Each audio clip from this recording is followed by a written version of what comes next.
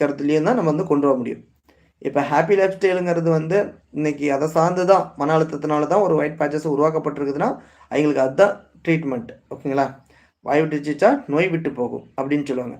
கள்ளம் கபடம் இல்லாம கவலை இல்லாதவங்களுக்கு. கள்ளம், கபடம் ஓகேங்களா? கள்ளம்ங்கிறது எப்படின்னா, கெட்ட எண்ணம். ஒருத்தர கண்டு பொறாமப்பட்டுக்கிட்டே அப்படியே உடம்ப கரைச்சுக்குவாங்க அவிங்களே. அது வந்து அவிங்கள வந்து ஒரு ஹேப்பியா வச்சுக்காது. இது கள்ளம். ஓகேங்களா? கள்ளம்னா திருடன்.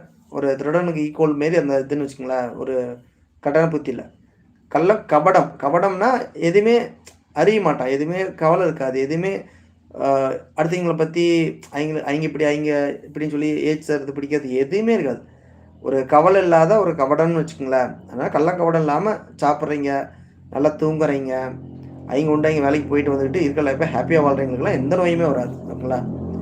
அதனால அது மாரி பார்த்துக்கங்க. அண்டு